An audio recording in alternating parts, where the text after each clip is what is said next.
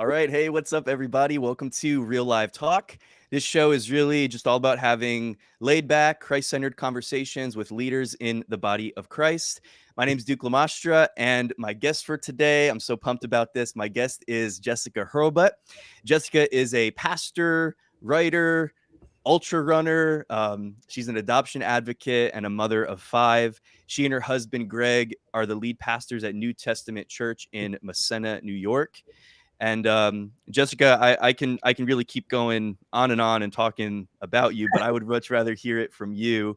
But I really do appreciate this. I've really been looking forward to this interview since maybe it was a month or so ago when we first talked about it and set it up. So really do appreciate you. Thank you for being here. How are you? How's your day going? Well, thanks for having me. First of all, I'm excited. Yeah. I get to get away from my kids for an hour. Woo! I really do love my kids. It's just, it's summer vacation. So But you've got 5 of them. So I know. must be a So lot. yeah, my husband's holding down the fort. But bless yeah, him. we're doing good. Because we're in upstate New York, we're still in the midst of our summer vacation. My 2 with autism actually today is their last day of summer school. So they do 6 weeks of summer school. Okay. And then they have about 2 weeks at the beginning of the summer and 2 weeks at the end that are just off. So we're just kind of juggling that and, leading a church through a pandemic, I don't know, nothing big. Yeah, no, it's it's a lot. Yeah, it's a lot. And well, shout out to Greg. Thank you, Greg, for holding down the fort today so Jessica could be here and do this. And you and I haven't had a chance to meet yet, but but maybe we will. You'd like him. Hopefully. Yeah, I'm sure. But yeah, well, thank you for being here. I would just love it if you could just maybe tell us a little bit about who you are and what you do. And sure. I know, like, in this conversation, we've got several different avenues and things that we can explore. I definitely want to talk to you about the work that you do in terms of advocacy for adoption and for foster care. I want to talk to you about some of the experiences you've had with your running and all of that, and your new podcast that's coming out. There's a lot of stuff that I want to talk about, but so wherever you feel like going at the beginning here, just tell us a little bit about you. Sure. I think it was a month ago, I wrote a blog post, and it was, I'm 40 and I still don't know what I want to do with my life. So that's why you're confused when you're introducing me. You're like, you're doing all these things. I love it so much. So, but so I guess kind of a little bit about me. I am, as you said, a mom of 5. Been in ministry for 15 years now. Awesome. Spent 11 years as in youth ministry, which I love. I wanted to be the 40-year-old still doing youth ministry. My husband, not so much. But kind of got sidelined when my son is 13 going on 30, we say, my oldest. One of those, he had to grow up really big. He's the one that's going to be the future president. Yeah. But ministry, he's only 10, but yeah, exactly. Oh, he could, be the VP, right? Because around the same time. But yeah, I mean, ministry wise for me, I was full-time ministry, and actually I was hired as a youth pastor, and my husband worked another job and helped with the youth ministry. So it was a huge shift for me when we had my son and I started working part-time to stay home with him. But then a year later, I got pregnant again. Didn't mean to get pregnant again, but yeah. One of those, it was like a checkup, like, wow, you've healed from your labor and delivery. Oh, and by the way, you're pregnant. And I'm like, no. But so when my daughter came along pretty soon, probably within 6 months, I would say she was just crying all the time, and not like a colicky crying, we just could never figure out what was wrong. By the time she was 2, she was receiving all these interventions, and the word autism was thrown around, but honestly, I didn't really know what it was. I didn't know anyone that had a child that was autistic. Like, I saw the Rain Man, that was my context, and I'm like, what? Like, I just had no context. I like it's not funny, but it's funny. But this shows you how much the world's changed, honestly, because I think a lot of awareness has happened. I didn't really have any context, and so it was when she was 3, she was diagnosed officially. And there's different levels of autism. There's 1, 2, and 3, and 3 is the most severe. 1 is more like kind of Asperger's, although I don't think they even use that term anymore. Okay. So, it was a blow to our family. And I really kind of got to the point where I couldn't work at all, because even if I worked 1 or 2 days a week, we had friends or people, we never sent our kids to a daycare, but it was just like a friend of ours that did, cared for children out of her home, but no one was able to. She would just, have all these meltdowns. No one could console her. They didn't know what to do. And they worried about the safety of the other kids. It was hard. So I left ministry completely. And that was 8.5 years ago. Okay. And kind of just used that time, I spent 6 months being really just the biggest pity party ever. Yeah, I was gonna ask you. I For was real. curious about that. What your Yeah. mindset was like, having to It was really not essentially good. step aside, and yeah. Yeah, I mean, thankfully, my husband was able to step in, and he started working like at the church. So, like, we didn't lose the idea of being able to do youth ministry, but Sure. I mean, even for me to go to the service sometimes was impossible. So I kind of lost all of that. Yeah, it was for 6 months, I really and I mean, I think I needed to, but it was just this wallowing of self-pity. I'm going to be a caretaker the rest of my life. And God I think it was around 6 months, maybe more like 8 months.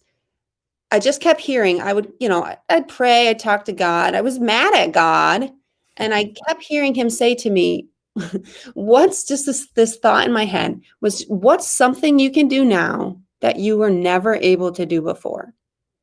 And it was like a twisted question in my mind, like, oh, I don't know. I can't even leave my house, God. Like, stop asking me this. But it kept coming over and over and over again.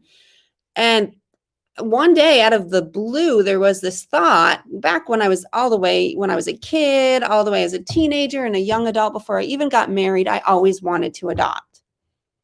I always say I watched a Hallmark movie or something. I don't know. I must have been God looking back, but I have no idea where that came from. Because I didn't know anybody that had fostered or adopted. Wow. That was just something that you always had. Yeah, it really, wasn't like something my parents taught me. It was in there, and I think that God puts that stuff in our DNA, right? Yeah. And so I hadn't thought about it in years and years, because in our mind, I did talk to my husband. It was like a prerequisite before we got married. But, I was like, hey, would you ever adopt? And he's like, uh-oh, it's one of those questions, right? Can't get this one wrong. Is If this you a fail deal this breaker? test. Yeah. Yeah. So but in our mind, we were like, we'll have a few kids of our own and then look at possibly adopting. Yeah.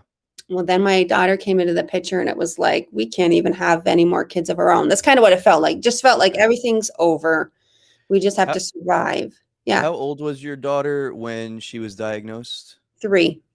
3. Okay. Yeah. So yeah, but this idea of adoption, it was kind of like God was bringing it back up and saying, you remember this dream you had? And I'm thinking, okay, but how is that possible now? Like, this doesn't sound like, severely autistic child, let's adopt more. Like, but I really felt like the reason why it was what God wanted me to do now was because I had such a heart for ministry. I have a desire to be with my kids and raise them, but I also have a desire to be in ministry. And so I always kind of felt this tension.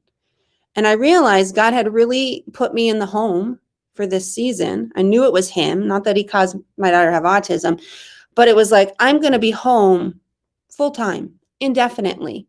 And if I were to ever to foster or adopt, as far as bonding with a child that's not your own, I just kind of felt like that's I would want to be home all the time, so it kind of just percolated in me, and I don't know how I convinced my husband. Oh, he's amazing. That's how I convinced him. But so I just kind of, it gave me a little bit of hope. Things weren't changing as far as my daughter's circumstances, but it felt like, it kind of was like, you're not shelved, Jessica. I'm still going to use you.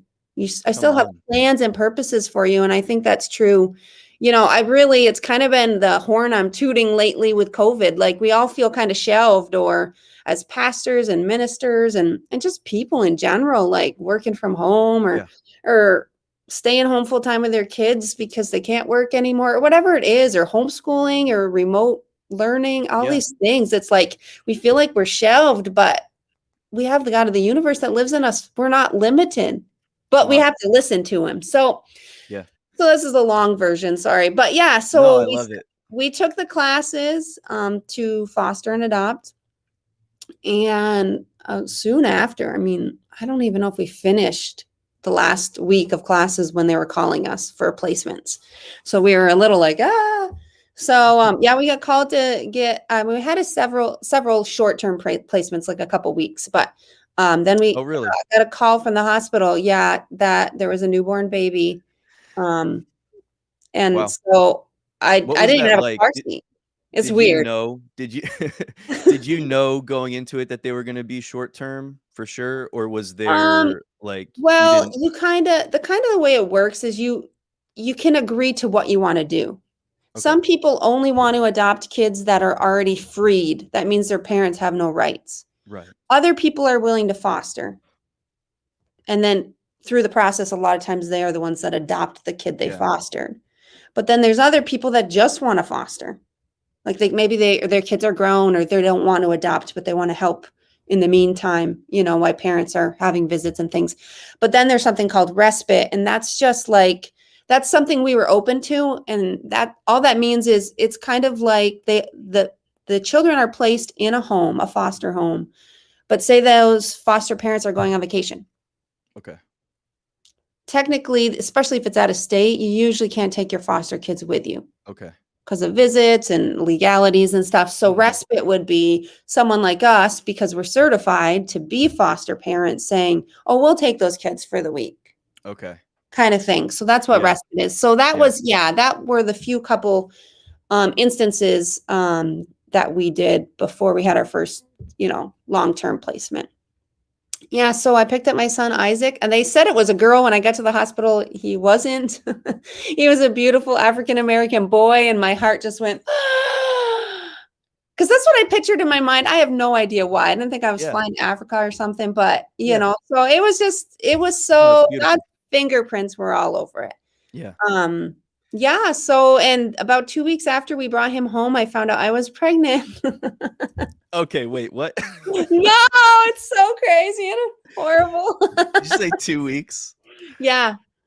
God Yeah. is hilarious sometimes. No, listen, this is the problem. We had kind of told God this.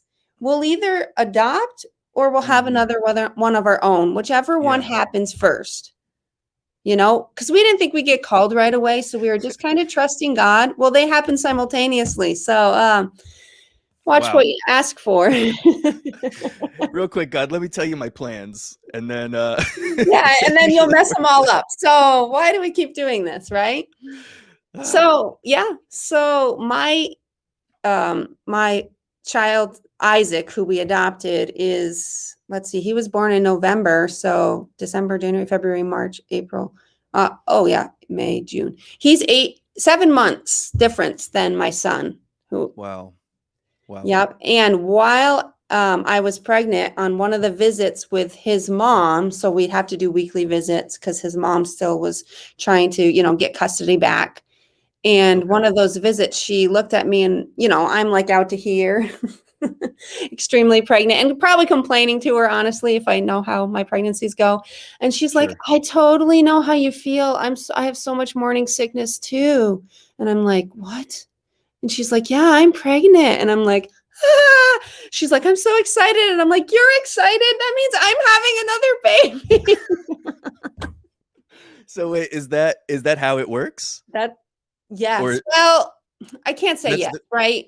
they wanna Yes and keep the no. siblings together, They right? want So siblings together. Now, if we had adopted our son that we are fostering, Isaac, different story. Because now when you adopt, you have full rights, but when you're fostering, yeah, exactly what you said. They want okay. to keep siblings together. And I wanted to keep them together, Yeah. honestly, Yeah, but sure. yeah, so within a Sure, you year, don't want the child growing up not knowing that they have a sibling somewhere Right. else, or Yeah. yeah, So not I mean, yeah, my that's family thought we were crazy. They were like, "You got to stop this baby thing." Like, so Mother Teresa, what are you doing? Stop it. Like, but to so me, I felt like, when the third one happened, did you start to think that it just wasn't gonna stop? Like, our baby just yes. gonna keep coming at us from all It's over the no, place? that's not a joke. I have friends that are fostering right now, and they're in that scenario. They call me up for coffee, and they're like, "Save me," because there's like another baby on the way. It's a real thing, and it's a real challenge, right? Wow. Wow. So yeah, I mean, I don't think there were many people on board for this decision, but my husband was. So within 13 months, we had 3 babies. Yeah. And remember, my daughter also, who's severely autistic and still in diapers at 4. So we had 4 kids in diapers. You can't That's make all I this stuff did for up, can you? years. How many diapers is that, Oh, we a figured it day? out. I forget now. It's like 400 or 500 a month. I'm sorry to be laughing at No, your diaper misfortune. no, It's it was it's a intense.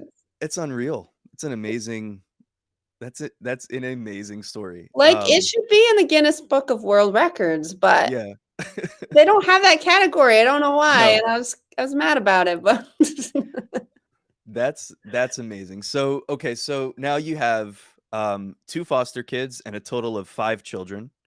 Um, at what point, because you said that the mother at that point was still essentially fighting for custody. y yeah, I mean, it's not fighting for custody, but yeah, so that Mhm. her She and was her still in the and picture. yep, she's still in the Yeah. picture, and so is the father. Yeah, but basically, they surrendered their rights, after was right around after my daughter, who we also adopted, Isaac's sister, was born. I think she Okay. was only 1 month old. Emma is her name, when they surrendered their rights. Wow. So it's still a long process. We've still had to foster for a while, even though the parents don't have rights anymore. It's still at least, there's just lots of paperwork. You have to wait for a court date. I think Mm, it was at least 6 or 9 months before we officially adopted them. okay. I So can imagine, I don't know, well, actually, I can't imagine, I'm speculating. That must be one of the most bittersweet things ever, right? it was. When the birth mother, was it mother and father, did you Yes. say? Or so when the birth parents essentially give up their rights, because on the one hand, that's an amazing day in your life, but at the same time, it's gotta be so No. emotional and heartbreaking, and so I what was actually that went like? to court. I went to court that day. And of course, part of you is like, wow, it's going to be official. It's so exciting that, eventually these kids are officially going to be ours because we loved Yeah. them so much. But yeah, when I got into court, um, the parents are sobbing and I was literally crying so hard Mm. because my heart was breaking for them that I was like kind of hyperventilating. Like one of the caseworkers, like, are you okay? Like to me, like I'm like almost making a scene sitting in the back of the court. But I just kept the thought that kept going through my head, and this is just the pain in my heart is no one should ever have to do this. Wow. No, I granted we live in a broken world, we Yeah. make choices and there's things out of our control, but that was the overarching thought. No parent should ever have to do this. Yeah. And the one takeaway, I mean, I knew that before, but the one takeaway I hold on to and I tell my kids now because they know they're adopted. We've never like we didn't wait and tell them on some special day like Yeah. it's always they've always known it, even when they couldn't really understand it. But one thing I always tell them is your parents loved you so much. Mm. Wow. I want them to know that. And I believe it. Yeah. That's not lip service. I believe it. And I think that's true of so many kids in care. But I finished that sentence with they just weren't able to give you everything you need. Yeah. They weren't in a healthy enough place themselves to do Yeah. what they needed to do. So yeah, it opened my eyes to the need in foster care, but to both sides, right? Mhm. Because I'm Yeah. always talking about, oh, there's all these kids, there's 500,000 kids in foster care, there's 125,000 right now that are free to be adopted, and Wow. don't have parents. Like, Wow. but the flip side of that is the brokenheartedness and just even the help and the support that the biological parents need. You know what Yeah. I mean? So it's Mhm. to be able to see both sides has been really hard, but really eye-opening for me to not, be quick to judge. We're all one step away Yeah. from a bad decision that could Wow. have us in the same place. Like, Wow. so yeah, it just really, the whole process has obviously changed our family, but really changed us. So Wow. So going through this whole process, you just mentioned it a second ago that your eyes were really opened in a lot of ways to the way that the foster care system works. And what would you say, I don't know, maybe are some things that you know now that you didn't know then? I mhm, guess I guess I'm wondering, obviously we need people, good people, right, that are willing to foster children and adopt children. But like I guess what I'm wondering is for a child. And I right. know that this is going to be across the board, but like I don't know, for the average child who's in foster care, um what is it like? Obviously it's going to be different, and so it might be hard to answer this question, but No, I imagine, is there like a lot of turnover, like children moving from home to home, from family to family? right. I've heard, and this is just very anecdotal because I don't know anything. I don't know anything as far as real life stuff, but I've heard of like so many like abuses that go on, and Mhm, parents that get into it obviously for the wrong reasons, and right. Yeah, I so mean, yeah, for sure. Yeah, a lot of times kids are moved from home to home, um, for all kinds of different reasons. Sometimes it's because the kids are struggling so much. I don't know how much you know about reactive attachment, but it's basically the nothing. whole idea of they feel that rejection, even Yeah. really young kids. They feel this rejection, although they're not being rejected. They don't understand the whole situation with their biological parents, but there's this feeling of, I'm not wanted or I'm not really loved. Sure. And so then they portray that, they kind of project that onto the foster family too. And you're constantly battling, like, I'm having to prove that I love you. And none of this Mm, is conscious in their little minds, but it's this subconscious. And honestly, even with my own kids, now they were literally from birth, they've lived with us, but we are still struggling with this because they know they're adopted. I mean, I mm, literally, before, maybe an hour before we hopped on here, I was fighting with my daughter, my youngest, and you don't love me. And she'll say these things, and you're like, mm. it's just weird. Like, where is this coming from? Yeah. But it really, there's these subconscious things within them that they feel like, not loved and not accepted. Or they're always testing the limits. Like, will you love me if I do this? What about if I do this bad thing over here? Wow. So yeah, and so if these kids aren't adopted, there's nobody that will stand the test of time with them when things get hard. Foster families like, this is hard, and I don't blame them. They say, we can't take care of this child or children anymore, and so then they are on the hunt for a new home. Wow. And then the need for homes and foster families is so huge. I think I can't tell you how many. So in our county right now, I can't tell you how many homes we have because I don't have the newest numbers. But when we were fostering, there was only 40 homes, like 40 or 45 homes in the entire St. Lawrence County, and hundreds and hundreds and hundreds of kids. Wow. So they would have to Wow. call every single, and that's something I didn't understand when we started this process. Because when you say you want to foster adopt, they ask you like, well, what age child do you want? And do you prefer a boy or a girl? Does that matter? Mm. Would you take a sibling group? They ask you just a lot of Yeah, questions. sure.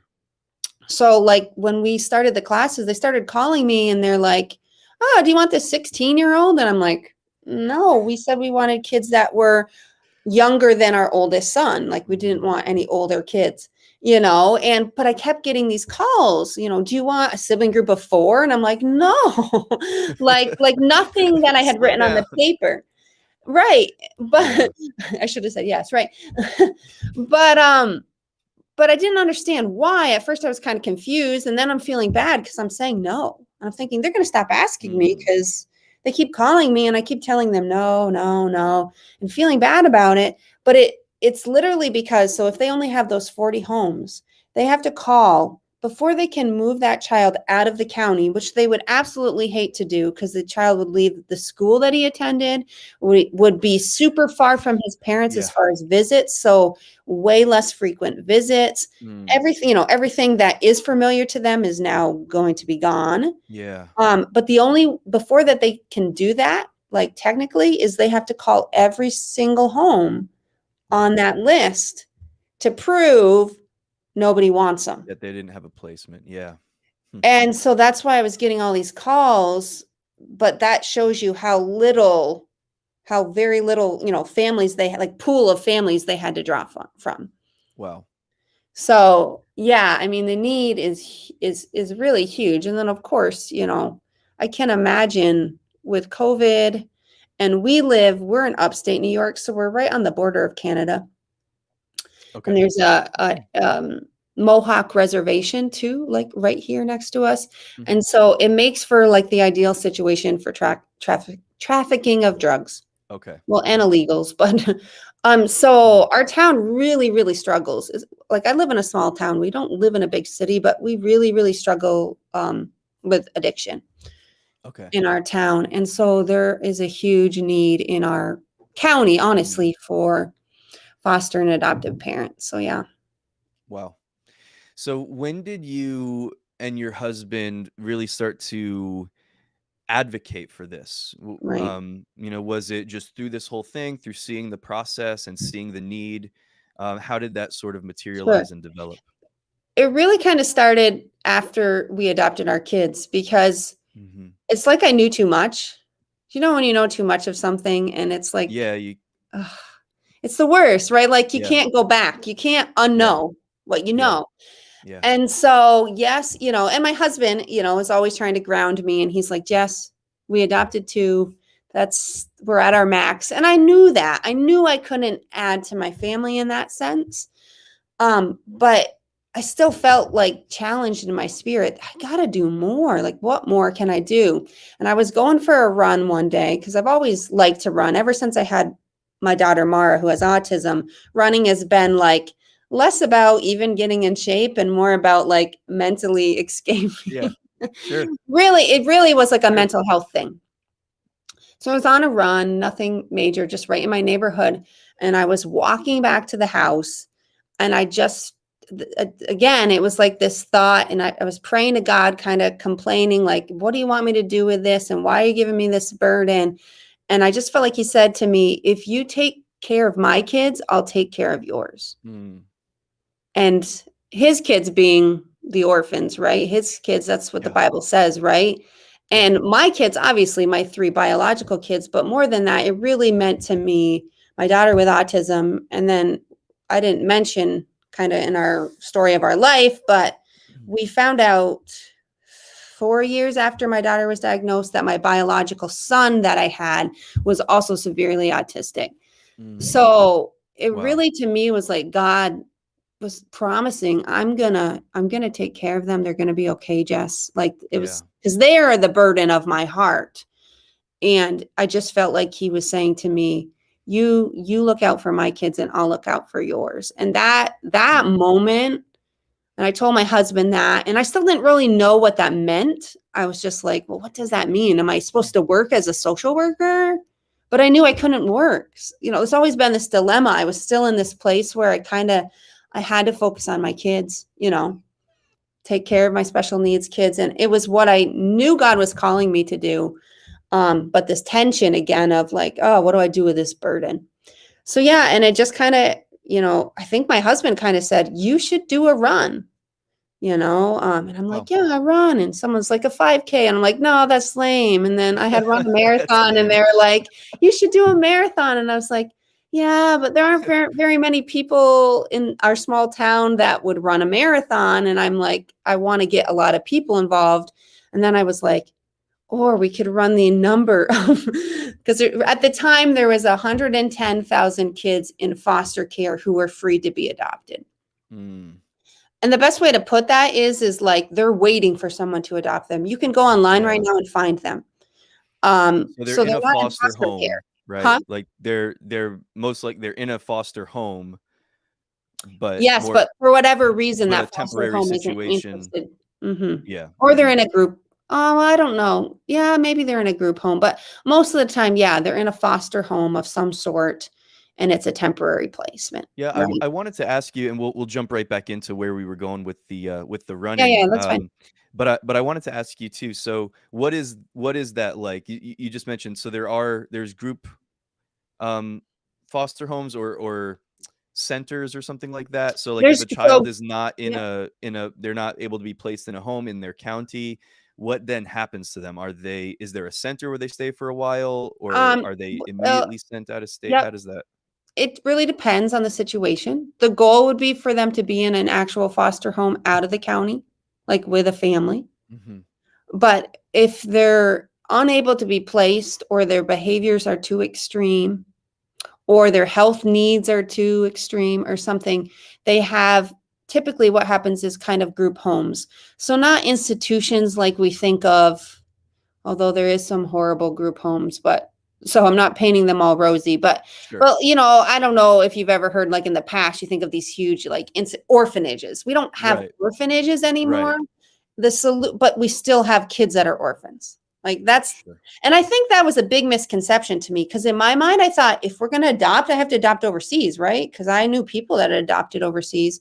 But when I realized how many hundreds of thousands of kids were here, I'm like, Right. what are Yeah. we doing? Why would I spend $40,000, $50,000 and go to some country across the globe when there's kids in my backyard? Like, Wow. but I think that is just there's not enough information. People don't know that.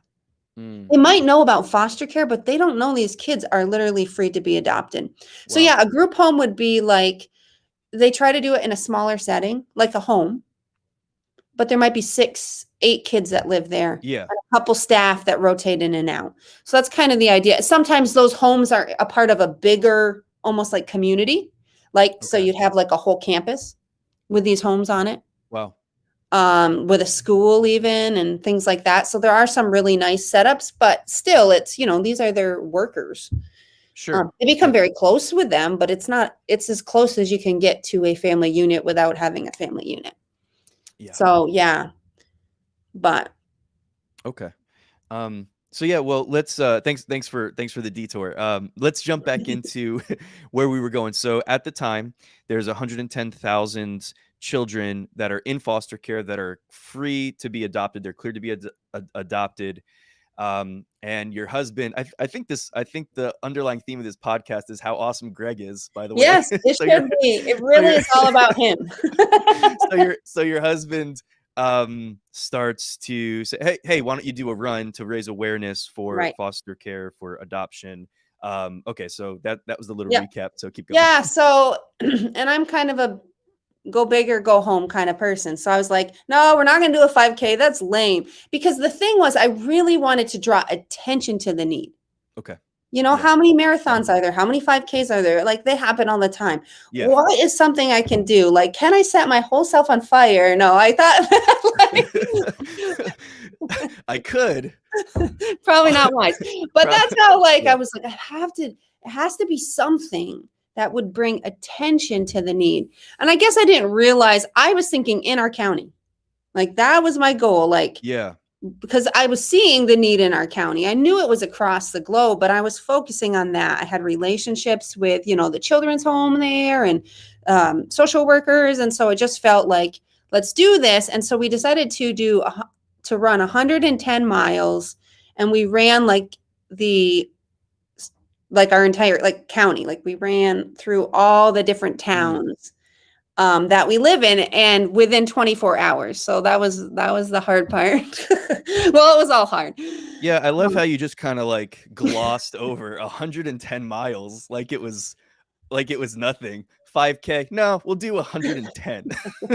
Not Ks, miles. You could have done 110K.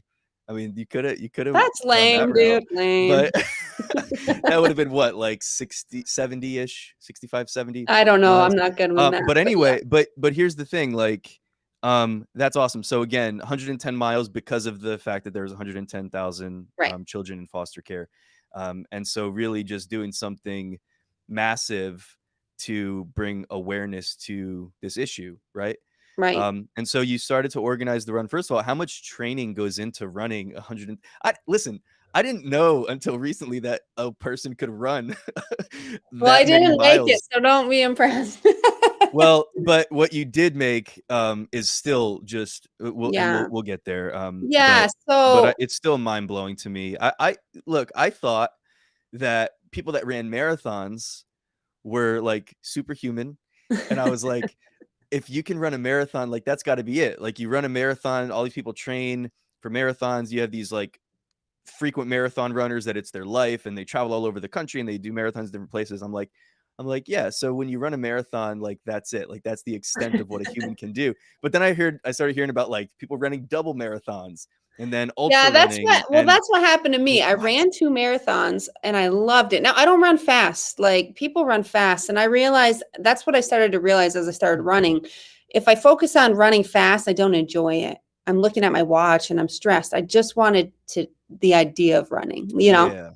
Yeah. So my second marathon, my husband was at the finish line. He's like, "Great job. You beat your last time." And I'm like, "I could keep going." And he's like, "What do you mean?" I'm like, "I think I could go longer." And he's like, "Now?" Wow. Like right now. Yes. I'm like, "Right now." And he's like, "That doesn't make sense."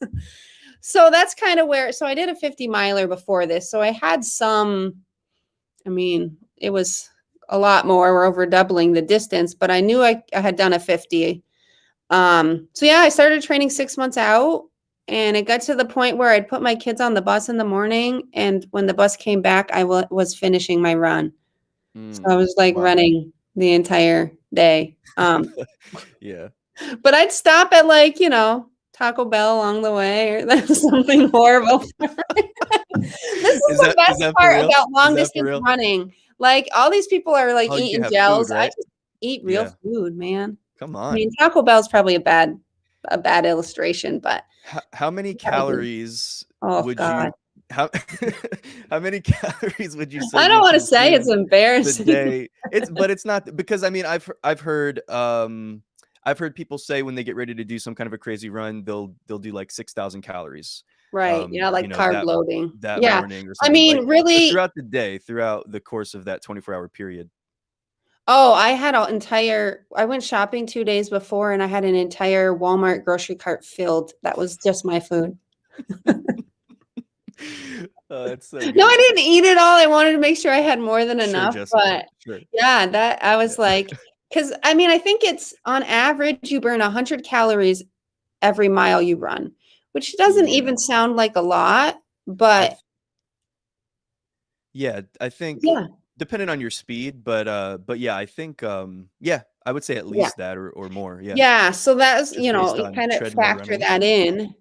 And you know when you need to start eating because you start feeling really weak. Um, but yeah, it's the best sport in the world. You get to eat all this food while doing the sport. I mean, there's no other sport in the world that you can do that. I mean, you're not like out playing football like eating, but So I'm running and you eating don't cramp up? simultaneously. You don't Huh? cramp up? You don't cramp up from the eating? No? It's just burning probably too consistently or whatever. I don't So know. There are certain foods you shouldn't eat. There's certain things that, aren't good for you, but like a big plate of pasta. no, Like that's good for you. really? All While the you're running? carbs, Well, man. It's I great. saw did you see that? Are you into The Office at all? Oh, When they yes. did the I fun love the run and he ate Office. all that Alfredo Yeah. right before the run. So Alfredo, maybe not. that's I get my information mostly Yeah. from TV shows. Very That's why I reliable don't know sources. anything. Yeah. Right. Reliable sources. Um So so yeah. wow. Okay. So you set it up. When was this? So this The was initial run. 2008. It was on, that was the other thing. I wanted to do it on National Adoption Day. Okay. So That's that was awesome. November, I think it was the 18th. The day changes a little bit every year because it's a Saturday. Mm, It was November 18th, I believe, 2018. okay. Or maybe I'm wrong. Actually, I think it's the 20th. It doesn't matter. But it was in It was in 2018 November. Yeah. on National Adoption Day. Yeah. And when we Well, 2 days before the run, I wake up and I have a message from Runner's World, and I'm like, "What?" And they're like, "Runner's World, we're trying to Wow. contact you." And I'm like, How do they even?" It was So weird. cool. So, like, it ended up getting national attention, which was way more than I expected. I really Wow. was focusing on our county, so I was super happy for that. But then the morning of the run, I woke up and I looked out the window, and like most of the schools were canceled because we had had our first snowstorm of the year. Because All right, upstate New upstate York, New you York. just never Yeah. know. Yeah. So I looked at my husband and I said, "What are we gonna do?" And he's like, "You're gonna run." Like there was no out. I was like, "Come Come on, on, Greg. Greg, you can get we so many points on this reschedule?" podcast. Greg, you are definitely winning for the most points earned on this podcast. Man, So yeah, yeah, it was rough. The first 40 miles I had metal cleats on my shoes the because first 40 miles. it was so slippery. I was like sliding all over the road because the roads hadn't been Mm, cleared yet, especially in the early wow. morning. Wow. When like as the day went on, some of the snow started to melt and plows had gone through. So this because I was running, this whole run is on the side of the road, on the side of highways, because we were Yeah. running through towns.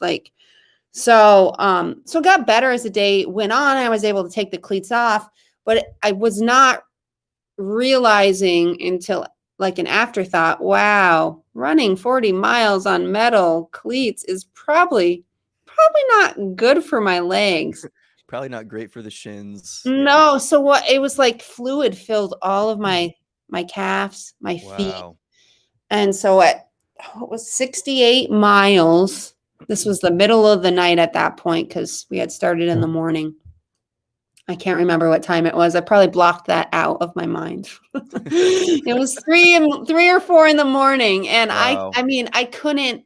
It wasn't like I was tired. I mean, I was tired, but it was my feet were so swollen and my Yeah. legs that every time I stepped, it was super, super painful. Like I couldn't even. I was. My husband says I was crawling. Now I was walking, but he's like, at this Mm, pace, he had figured it all out. At this pace, you will finish this run. And it was like in a day and a half from now or something. yeah. That's how Yeah. slow Yeah. I was going. Yeah. I gotcha. He's like, I think you need to be safe and you need to also think about you don't want to permanently damage Mm, something. And I fought him for a couple miles, but he finally made me get in the car and I was super like, man, this sucks. And I can't believe, I really wanted to finish. But as soon as people started hearing, because people stayed up all night, which was really weird. Like people were following it all night. And I didn't know this because I'm out running. So my husband's like, yeah. I get in the car and he goes, "You have to talk to the people." And I'm like, "What people?" And he's like, "The people." I'm like, "It's 4 in the morning, honey. Who's up? We can explain in the morning." And he goes, "No." And he like shows me his phone and there's like thousands and thousands of people like Wow. tracking all of my run. And he's like, you Wow. got to say something. So So he cool. puts me on live and I'm like, "Oh God, great. Talk about a humbling experience." But so I explain, gotta stop or whatever. And Mm, within, I don't know, 15 minutes, because we had pacers. You know what a pacer is? yes. So we had pacers for the first part of the run in the afternoon. I didn't have them, but later on and through the night, and just for safety reasons and everything Sure. else, Yeah. there was always somebody running with me. Sometimes Mhm. multiple people. Yeah. So it was like encouraging, get your mind off things. You're Hmm. safe. My husband was following us in the car, so we always had that too, and we had someone in the medical field there, so we were super safe. But all the pacers kind of got wind of this, and they're like, "We're just going to keep running. Mm, Why don't we make this a relay? We're just going so to keep cool. going." And I'm like, So "Well, you cool. guys don't have to do that. It's like the middle of the night," and nobody wanted to stop, so they just all took over and finished the run like almost in perfect timing, almost exactly 24 hours. We finished Wow. the run. So it was really cool to have everybody else kind of just join in. So every year subsequent, we've had 2 more. We call it the National Day Adoption Run. I do not run long distances at all. No? I'll run a couple legs and that's it. But yeah, we've had Okay. 2 years, even through COVID last year. We had over 100 runners, 100 in-person runners, and I think over 100 virtual runners. And we follow the same route. and we just do kind of relay style. So you Wow. pick which leg you want to run, and it's been awesome. It's kind of really become So a cool. thing in the area, and people come out from all over, and it's continually still raising awareness, you know? So Yeah. yeah, it's been amazing. That's so cool.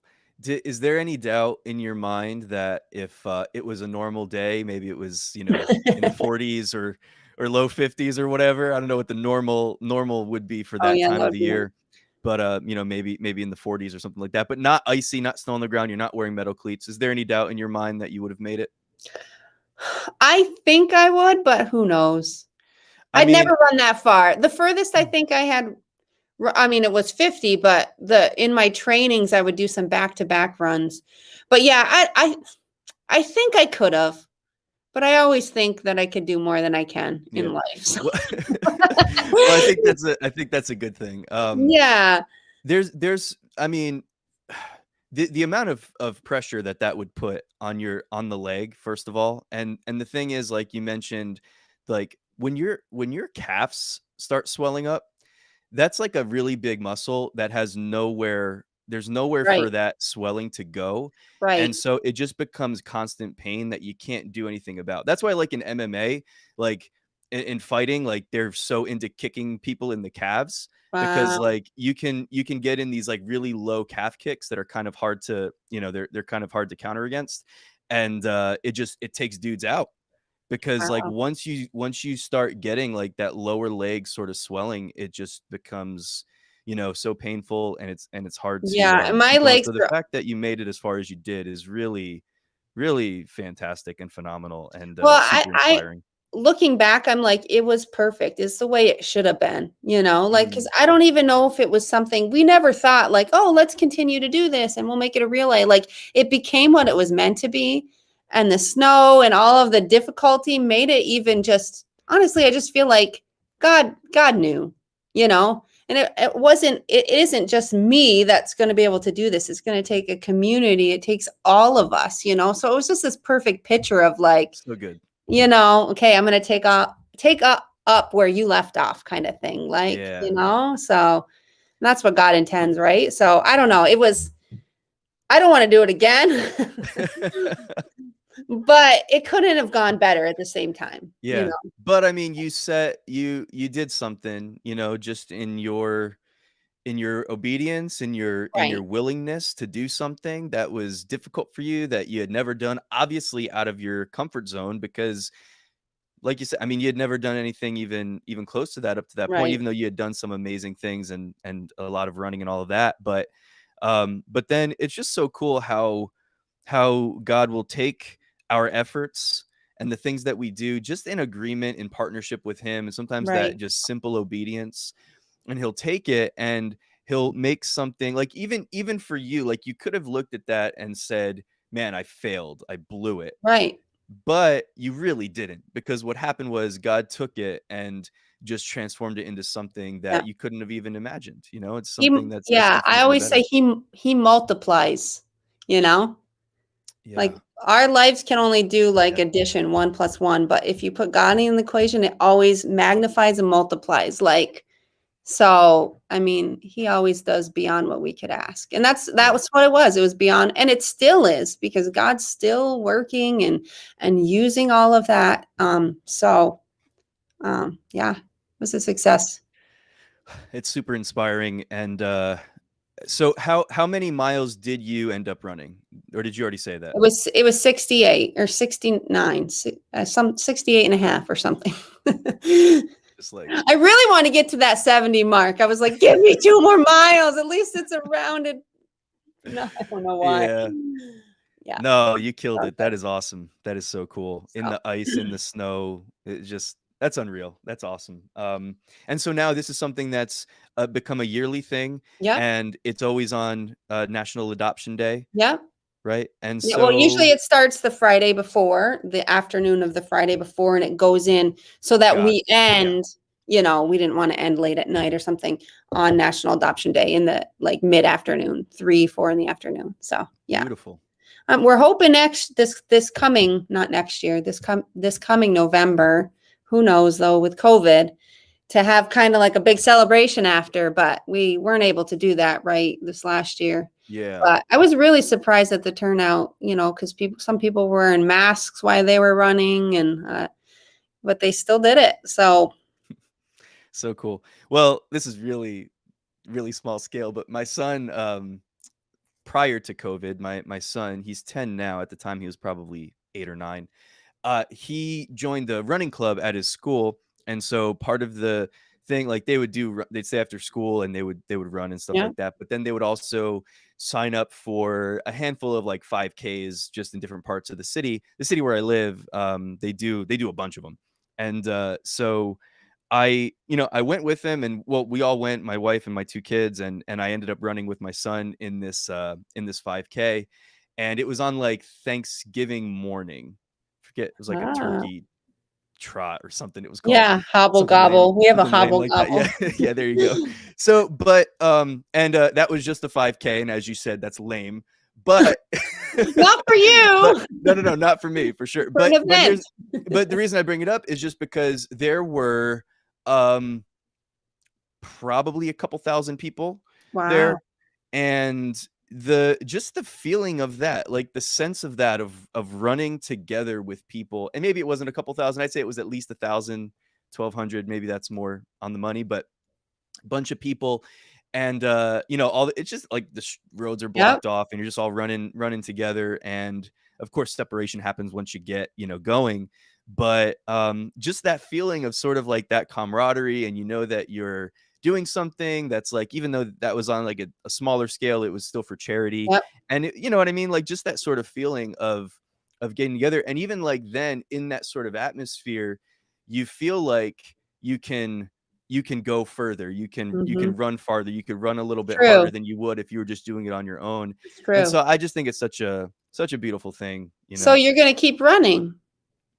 Yeah, I run. I mean, I don't run like you run. I so I was a sprinter in high school, and I'm just gonna say I was pretty fast. I went to a school that was always competing on the national level. And so our workouts were like really rugged. And I so when bet. I first got into it, I was like, yo, this is nuts. Like the football players that were doing like 2-a-day practices, they were telling us like, yeah, your workouts are more rugged than ours. And so we were anyway, they moved me out of there was an A group and a B group. Within the first like 2 practices, I think they made me quit the B group, because they were like, you're making, you're making us look bad, kind of thing. And so they put me in the A group. Then when I was in the A group, I started off and I was always like one of the worst in the A group. And but I always wanted to be better. So what I started to do was, what happens with kids in high school and probably in real Oh, life too, no. when you're good at something, you don't try as hard when you don't Yeah. have to sometimes. And so what I found out was like a lot of the kids that were really, really good at running, they would not, they wouldn't perform fantastically in practice on purpose. And so what happened was I found out I could be at the front of the pack if I pushed myself really, really hard. And so that's what I did, because I never wanted to be in the back. I always wanted to be running with the fast kids. I knew I wasn't as fast as them, but I made it look like I was just by competing really, really hard. So Right. that's what I did. That's how I pushed myself, and I got pretty fast. But it was like sprinting. It was short races. I would do like 400s and 800s, Yeah, 400 200s, meters, stuff right? like Yeah. that. But yeah, That's I awesome. still run, but I only run like a couple miles at a time. I don't Yeah. That honestly, that's don't do- I have this route I run in my town, and that's pretty much what I run now. Everyone's like, "When are you gonna do another, marathon or an ultra marathon?" I'm like, maybe. I'm like, I'm tired. I'm like, I yeah. even said after I finished the adoption run, I was like, I don't know if I'll ever run again. I didn't mean it. I mean, I love running, but yeah, it's a lot. It takes a lot of training, Yeah. you know. You have to invest a lot of time, like if you want to run long distance, and which I love, but we'll see. Do you completely wear out a pair of shoes running that Yes. far? Yes. I had 2 different pairs just for this run. And I was thinking I was going to have to throw one of them away, but yeah. When I trained, I think I went through 4 different pairs in the 6 months, and then bought 2 new pairs for the run. So yeah, that's the only investment though. Running's a pretty cheap sport otherwise, especially if you're only doing a couple miles at a time. You can wear those shoes for a while. So for a while. I think I still have the same shoes. I haven't bought anymore because I haven't trained anymore. So. Yeah. No, it's good. And you can do it anywhere. Yep. I've started to have some knee problems though. Oh, So I you're can't getting run. old. I'm getting old. I can't run every day. So I can treadmill run every day, but I hate treadmill running. So I hate it too. I'll go to the gym and I'll do the treadmill if I have to. But I'm at the point where I can do street running probably like 2 or 3 times a week without, if I try to do it like too many days in a row, my knees really start to bother me. And it gets to where, I'll go out one day for a run and I'll be like, oh, I can't even do this. Right. So, I've had to cut back because I really do love running, but I got to be out in the, Me too. I got I'm to the be out same in way. life. So The same way. But yeah, so listen, I need to bring this up because my kids were super excited. My kids are really into American Ninja Warrior. You had to bring that one up. I just have to bring it up because they were like, "You're my kids don't even watch my podcast, but you're their favorite guest because of the fact that just show them I don't know, I'll have to send it to you. I'll send it to you my video of the competition, and I won't be their favorite guest anymore. And they'll be like, why did she do so bad? It happens to a lot of people though, right? Like it really does. I don't know. We watch it as a family. And so, I mean, it happens to a lot of people. But anyway, but what was that like in terms of what went into becoming? So you were a contestant on season 8 of American Ninja Warrior, for anyone listening that doesn't know. What goes into getting to that level where you're actually competing? A lot of pull-ups. My husband is like, what is going on with you? Like, honestly, yeah. I still ran, but really tempered that back a lot and worked on my upper body because I've been a runner my whole life and never did anything. I mean, I'd work out once in a while, but nothing really intense. Yeah. No. So, and I honestly, again, didn't think I was going to get picked, but was super surprised when they called me. And the thing is, when they call you, you only have like a month before the show. Okay. So you better have been training before then. Yeah, sure. Yeah. So you apply like, 6 months or 8 months before that, but they literally don't call you until like sometimes it's 3 weeks before the show. Wow. You're scrambling. So you got to be ready. Yeah, for sure. Yeah. So there was I think it was 80 to 100 other contestants. I was in like the Northeast region. Mm-hmm. And it was super fun to meet all the people. But the problem was, so as I was saying, I was like obsessed with pull-ups. And about a week before the competition, I wasn't a pull-up. My husband had made me like a pegboard thing. You know what I'm talking about, with the holes and the thing. And so I had that attached to my garage and I was using it and I went to just put my arm up and all of a sudden I felt something in my back, like what, like tear or strain or something. And I'm like, oh no. So I couldn't even lift my hands like this. Okay. I went to the doctors. This was like maybe a week and a half before the competition. And he was like, it's not torn, but it's a really bad strain in I forget what this back muscle is called. Trapezius or something? Yeah, no, it's not that one, but it doesn't matter. It's the big one. Anyway. I already told you. Anatomy. Come on, that wasn't on the office. So he was like, it's strained. You need to rest for at least a month and a half. You can't do any, strenuous activity. And I was like, okay, thank you. And then I get home and I was like, I can't say. So I did contact the producers and they said, we can we can't guarantee that you will get to go next season. We Mhm. understand the injury. We Yeah. understand if you have to bow out, you can reapply. And of course, we'll give you a little bit more consideration, but there's no guarantee. And I was kind of like, this is because I really wasn't doing it to win. Because again, I think the reason why they picked me, they were not impressed with my ninja because it wasn't very impressive. My husband would laugh at me. He'd go to the gym and he'd be like, I think you're good at running. What are you like just laughing at me all the time because it's hard. And, so I don't think they were impressed necessarily with my ninja skills. I think they were really impressed. You make like a video and you send it to them. And we talked Mhm. about our family and adoption and my heart for adoption. This was before I did the run. And I really was like, I want to use this as an avenue to bring awareness.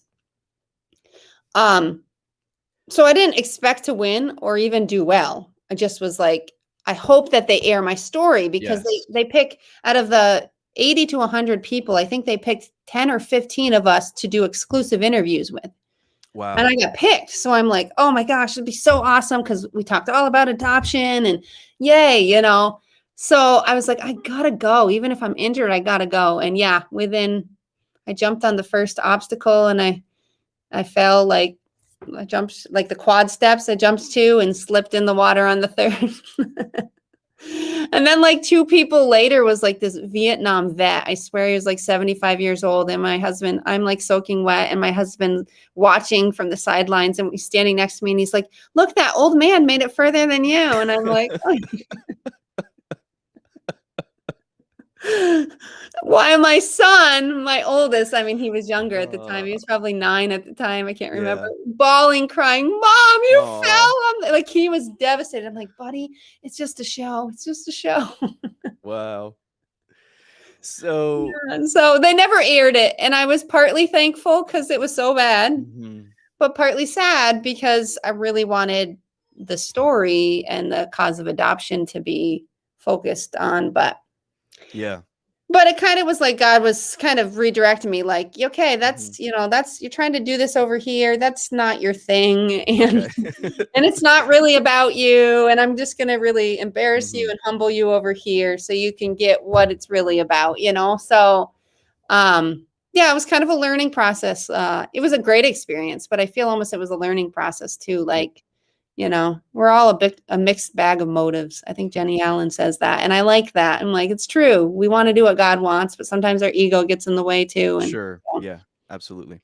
Well, they show quite a few of those of people falling. falling at I on the know. first one. So you kinda escaped that. I Um, was, I was People blessed. fall at the beginning. But yeah, so Um, what was it like? I mean, do you get to do had you done the obstacles ahead of time? Like, how does Yeah. that work? Because I know some people, they really do build, like, those courses in their backyard. There's certain places that I guess you can go where they have to I run up had the wall and all that stuff, but my husband built some quad steps. He did a pegboard. We had a few things at the house, but we live in upstate New York, so there was no ninja gyms Mhm, anywhere. So I sure. actually had to drive 3 hours to Vermont. I tried to go like, especially, the last few months before the show, I tried to go every week. So I would drive Mhm. 3 hours, work out for an hour, and drive 3 hours back. But it was a Wow. great little break for me because the kids were all really little then. I had those 4 in diapers. Sure. Yeah. My husband kind of held Yeah. down the fort, and it was a good, again, it was a good mental, like, oh, I'm just gonna go drive, listen to music, and decompress. So, yeah, I made the most of it. But yeah, it was rough traveling that far. Yeah, I can imagine. That's a lot. That's a lot. But I do want to, point something out, because something that you mentioned really, really early on, that just, I don't know if you said the word hope or if just what you were talking about just made me think about that. But, I really think that your story, and look, I mean, let's just take a look at, I think it was when you were talking about, being in this place of ministry where you had to step back. Yeah, Mhm. that's where we were in the conversation, when I thought about it. But you were in this place of ministry, then having to step back to take care of your child, who had severe, diagnosed with severe autism, and recognizing that in order to, care for your child, like, you had to be there, and you really had to be there full time, right? And but looking at your life and the things that you've done since then, and then, adopting children, and, now with 5 of your own, and, organizing these runs, and, still with your husband running a church, and now, you're getting ready to launch this podcast, and you're going to have a book coming out, and, all these different things that you do, going on American Ninja Warrior. I really think that it's so inspiring. And, I posted something yesterday, that, in my opinion, you're just someone who's a real life hero. And Oh, I really believe that.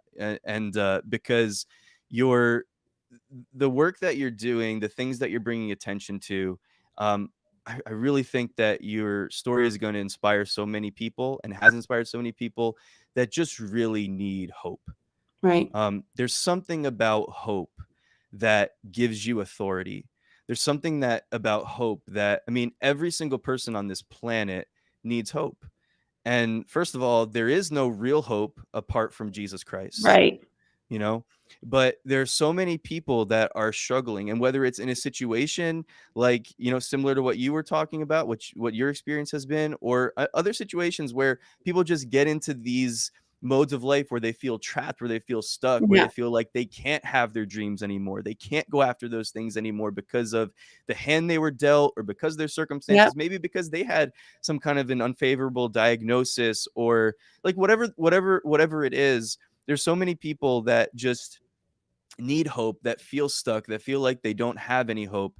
And it's, people like you that really give people permission to live life and to make mistakes, but at the same time to recognize that, hold on, like, God still has a plan for your yeah, life. God still has, the things that he promised you. He hasn't given up on, he hasn't forgotten about those yeah, things. And so no matter what you feel like right now, how trapped you feel, there is always hope, yeah. That and honestly, I mean, that's my life message. I mean, I didn't know it was my life message until probably a year ago when I kind of mm, sat down and had an editor help me kind of unearth it. Like he didn't help me write it. He helped me find it. But it's not just a life message for me. It's really a life message for anyone who is a believer.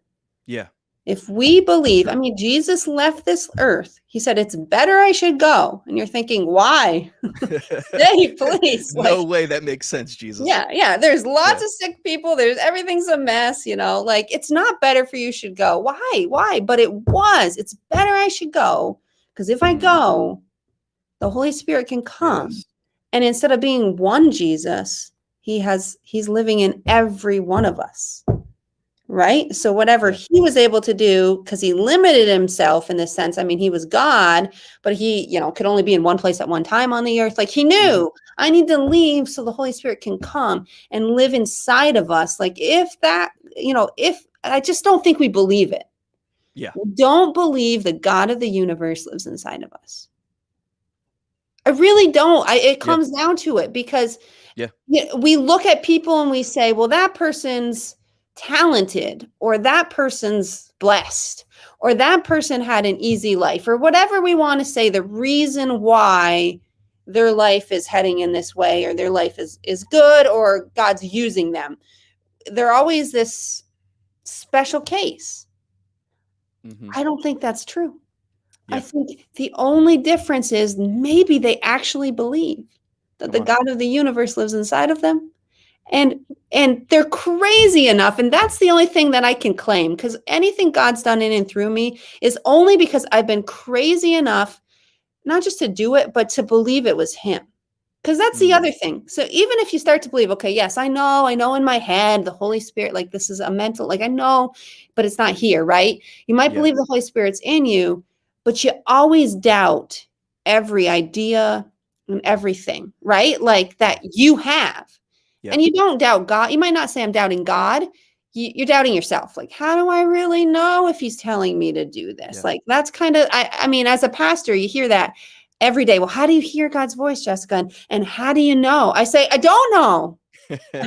And my answer to them is trial and error. And they're like, Yeah. I don't like that answer.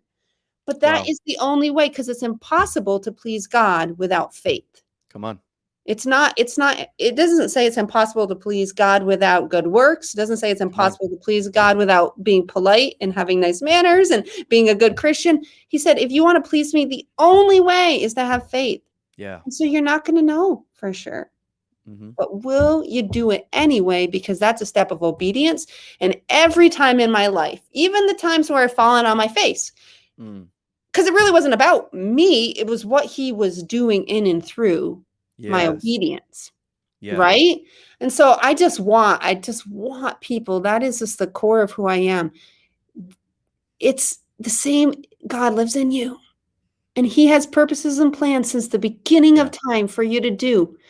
Don't limit yourself, because he doesn't limit you. He's in Yeah. you, So Yeah. sorry, I could go and preach a message on it, but No, it's it's so so good. true. And we're always thinking someone else is the exception, but no, it's just a matter of you believing in faith and making the step, whatever that is. It's going to look different for every one of us, Yeah. You might tell one of us to start a podcast. You might tell another one of us to quit our day job. You might tell another one of us to move to China. Do it. That's all I got to say. Stop wondering if it's him and do it, because we don't have those thoughts. We're selfish, we're selfish beings. We're thinking about, what am I going to eat next? And is my hair out of place? Like that. When we have thoughts that are about someone else and for someone else, it's God. It's not the enemy. Yeah, absolutely. So, Man, no, it's so good. It's so funny that you went there, because I actually on my other podcast, the episode I released today was about that exact thing. really, I'll And have to listen. yeah, it's the 100th episode, and I Wow. just had something on my heart. But yeah, so like it's crazy, because we can think so much stuff in our head. Like we can quote Right. and recite Bible verses, we can sing worship songs, but what really comes down to it, the thing that governs our life is what we actually believe. So Yep. like I could say, yeah, Christ in me, Christ in you. Like I can say all of these things and think that those things are true. But then if I'm constantly living my life and making decisions and going in a direction that would say otherwise, what it tells me is that belief has not become rooted and grounded in me Right. to the point that it actually governs, like it becomes my sort of autopilot, that Yep. my go-to way of thinking. It's not governing my life, it's not governing my actions. So I think a lot of people, a lot of God's people really tend toward or gravitate toward like a scarcity mindset, Mm-hmm. or a poverty mentality, or just a mentality that's based on lack. Right. And like you said, God is not limited by anything. God's not limited by anybody's circumstances, by Mm-hmm. the hand that, anybody's been dealt. Like God's not limited by any of that.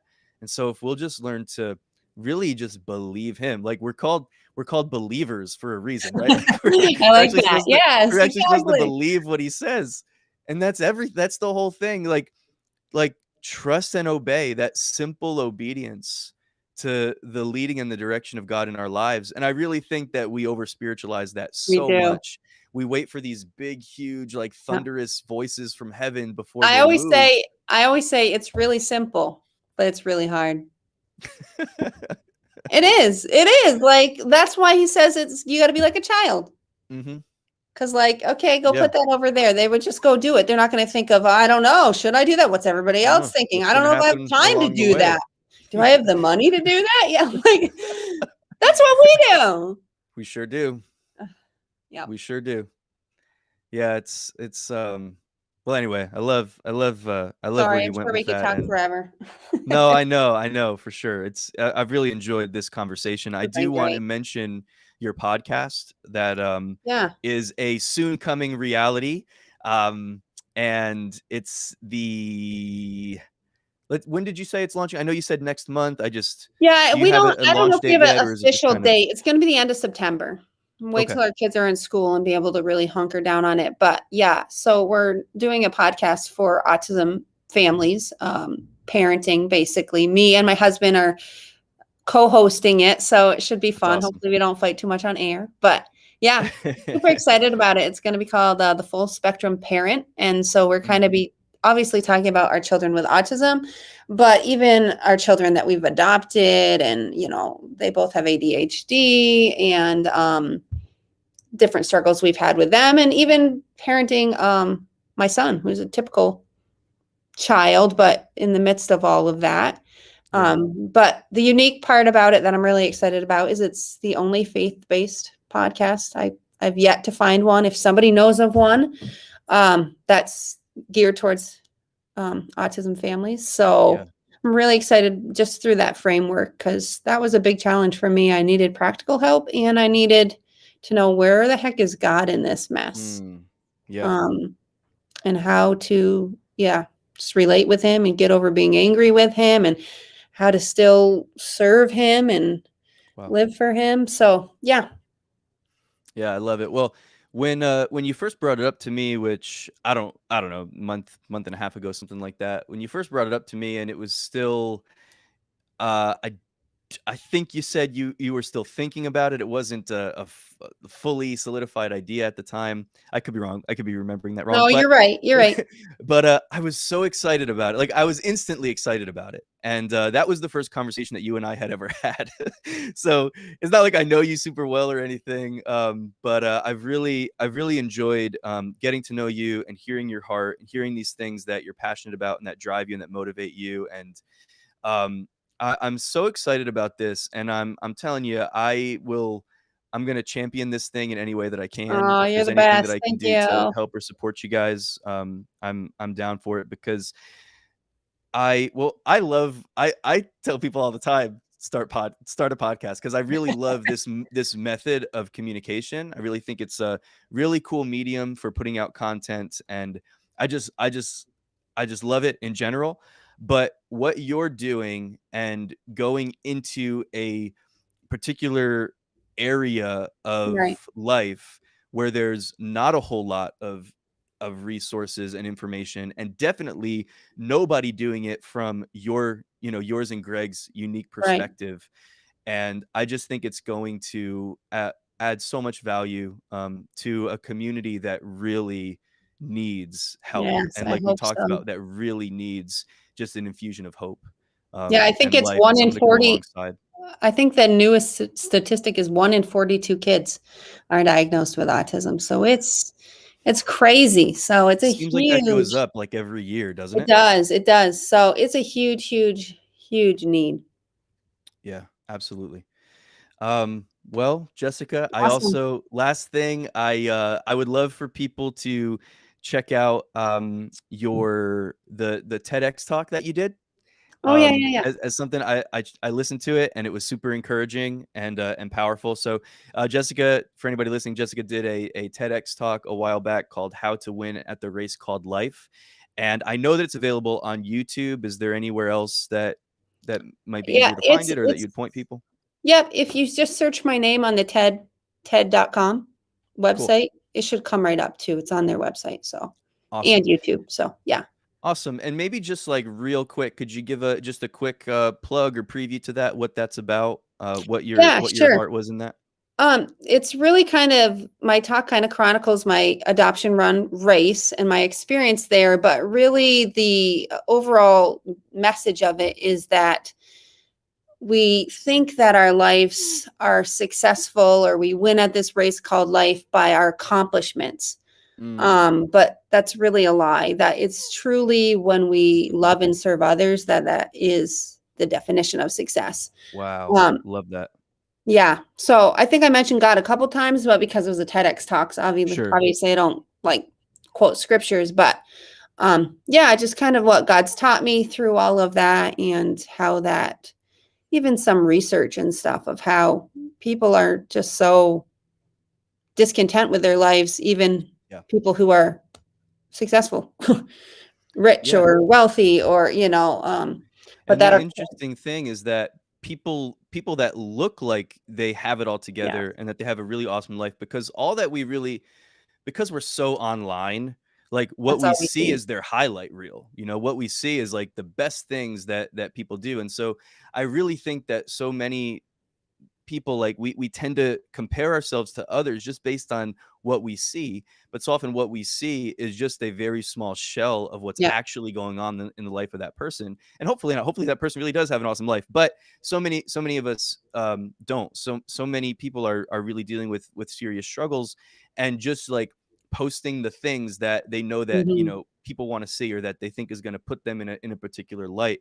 And I think that in some ways that creates just some like unhealthy sort of perspective on life, thinking that we've always got to be up here, we've always got to Right. measure up, we've always got to be okay.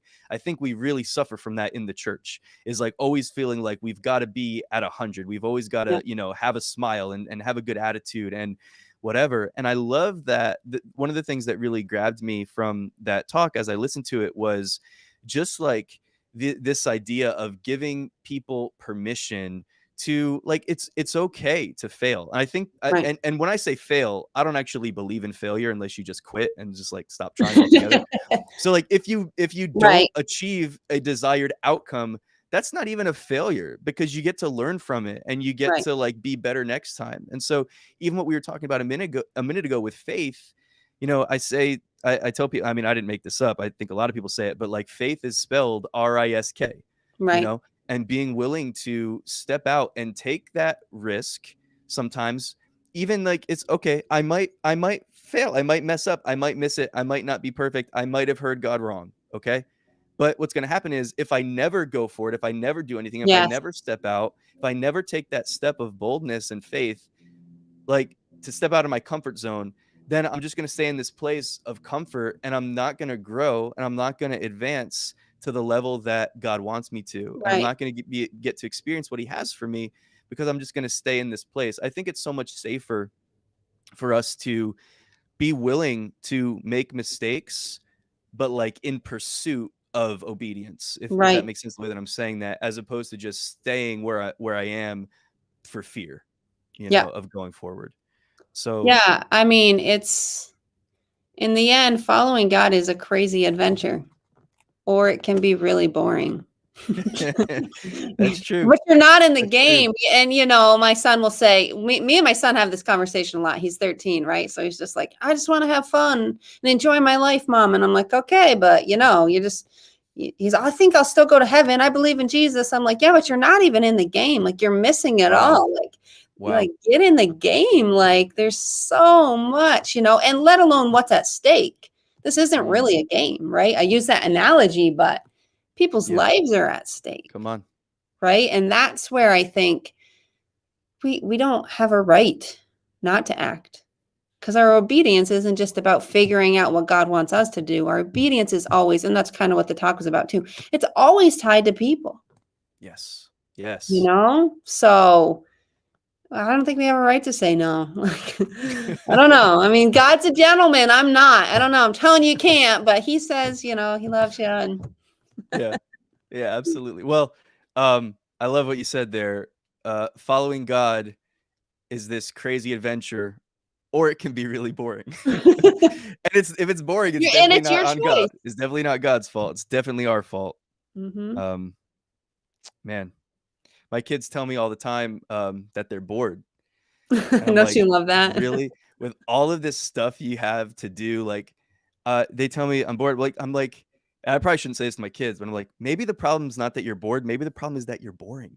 It's probably not the Yeah, best that for their that would preach self-esteem. on a Sunday. But like, you know what I mean? Like, I think we choose that. I mean, I wish I was bored a little, sometimes more often. Like, I wish there were times where I had a little bit less to do. But I just yeah, I think that that's such a good there's such a good message in what you just said, that Right.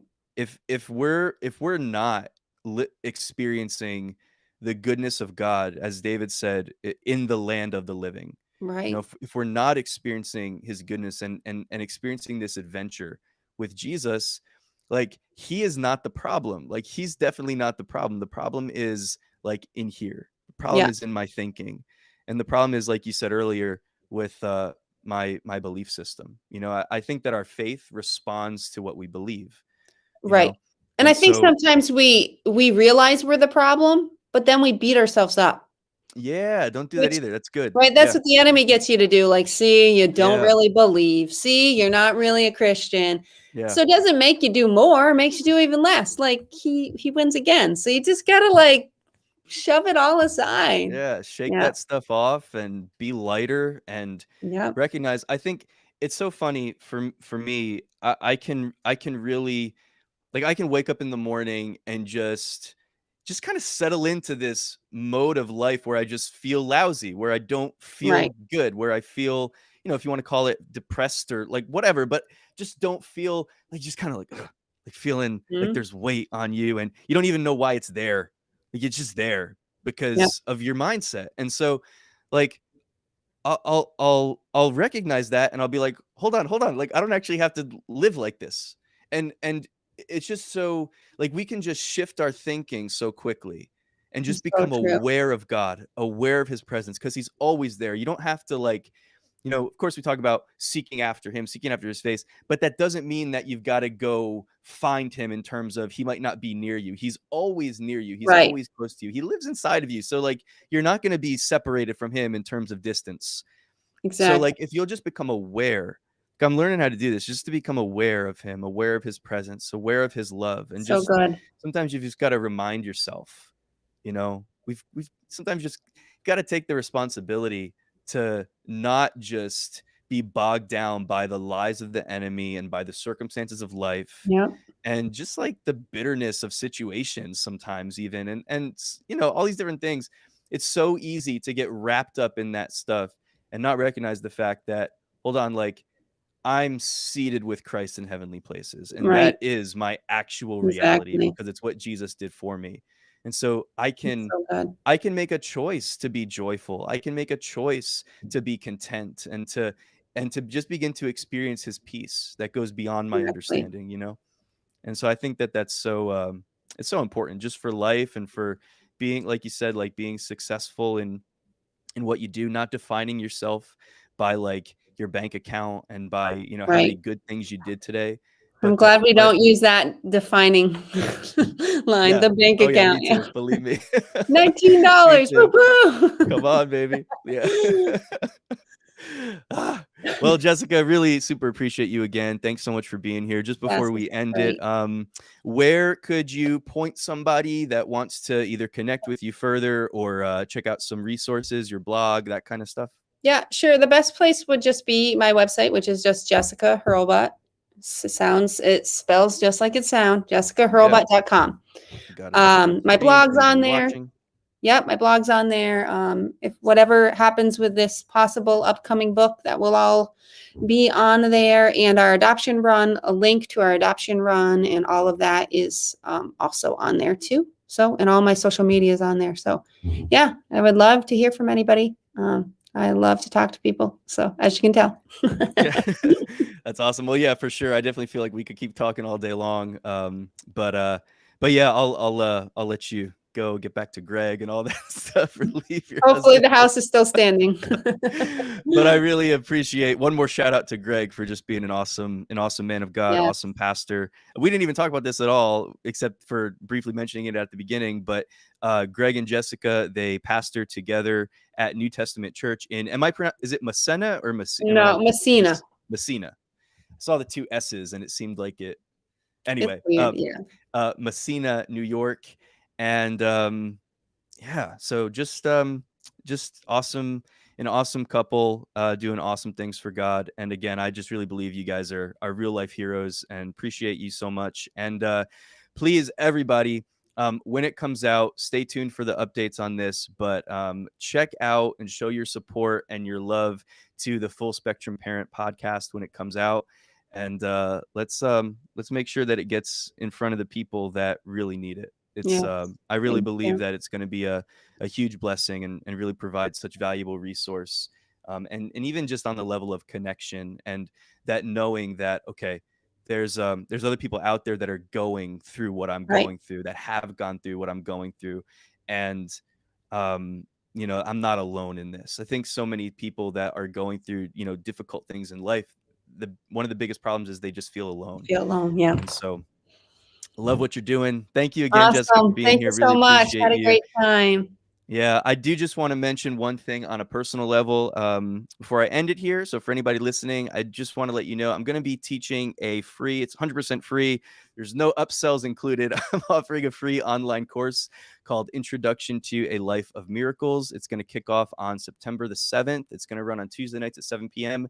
for 6 weeks via Zoom. And really, my heart really burns for all believers to experience the presence and power of God in daily life. So I'll be talking about identity, some mindset shifts, practical tools to really make the supernatural become a natural part of life. And so you can register on my Facebook page at DK Lamastra. Again, it's completely free. It kicks off in September, and hope you guys will check that out if anybody's interested in going a little bit further on some of that stuff. So anyway, thank you guys for being here. Thanks so much for taking the time to watch, listen, however you checked out this podcast. Really appreciate it so much. If this episode blessed you, added any value to your life, to your day, if you'd consider subscribing, sharing, leaving a review, any of those things would help to make sure that these podcasts get in front of more people. And yeah, that's the goal, is to serve, as Jessica said. So thank you so much, Jessica. Really appreciate you so much. Awesome. And Thank you. hope to talk to you again soon.